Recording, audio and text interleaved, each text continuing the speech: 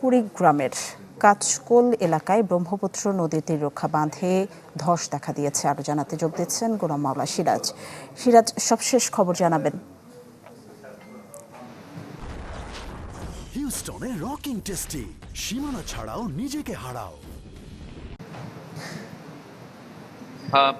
দেশে এখানে কাজ চলছে, জিও ব্যাগ খেলছে এখানে পানি বোট। অন্যদিকে ভাঙনও আমরা দেখেছি আজকে।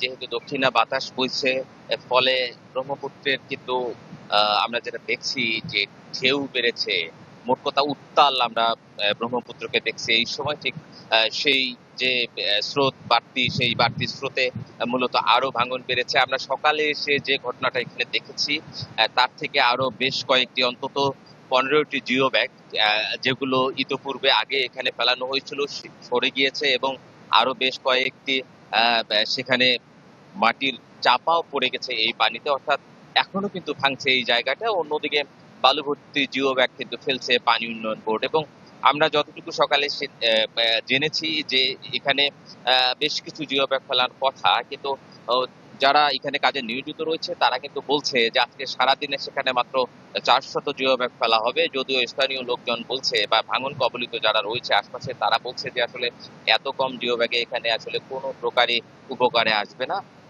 ফলে এখনই আমরা দেখতে পাচ্ছি যে ভাঙন চলছে। তবে যদি এটি পুরোপুরি আজকেই মূলত এটি ভাঙন রোধ করা না যায়, বা এই স্রোতটা আটকানো না যায়, তাহলে কিন্তু রাতে যদি বৃষ্টি হয়, এরা যে শঙ্কাটা করছে, রাতে বৃষ্টি হলে পুরো বাঁধটাই কিন্তু দেবে যেতে পারে। আর এই বাঁধটা দেবে গেলে নদীর পানি কিন্তু আসলে পশ্চিম তীরের যে বড় একটি বিল রয়েছে, কয়েক হাজার হেক্টর জমির, আবাদি জমি, সেখানে প্রবেশ করতে পারে। এই শঙ্কা কিন্তু করছে এখানকার মানুষ।